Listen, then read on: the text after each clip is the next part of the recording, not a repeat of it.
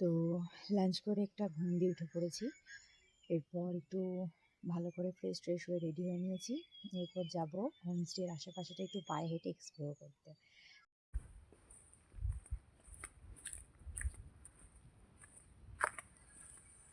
যে বিকেল 5:30 আমরা একটু ক্যাফের গাঁয়ের হোমস্টের আশপাশটা একটু পায়ে হেঁটে এক্সপ্লোর করতে বেরিয়েছি। আর এই যে আমাদের সাথে এরকম অনেকগুলো সঙ্গী বেরিয়েছে।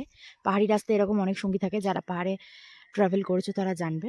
তো আশপাশটা অসাধারণ, শুধু জঙ্গল, গা ছমছমে, আর জাস্ট খালি পাখিরা ঝিঝি পোকার আওয়াজ, মানে কোনো কথা হবে না। এই যে একটা পাশেই চায়ের দোকানের খোঁজ পেয়েছি, একটু চা খাবো।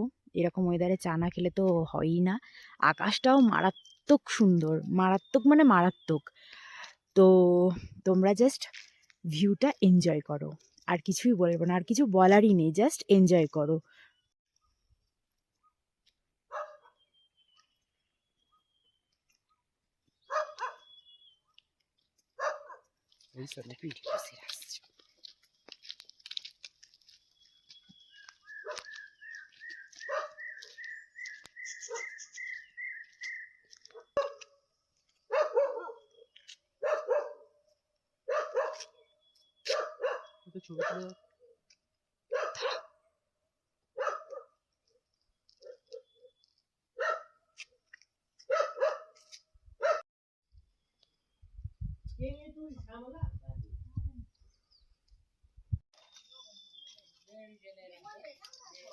সেরা,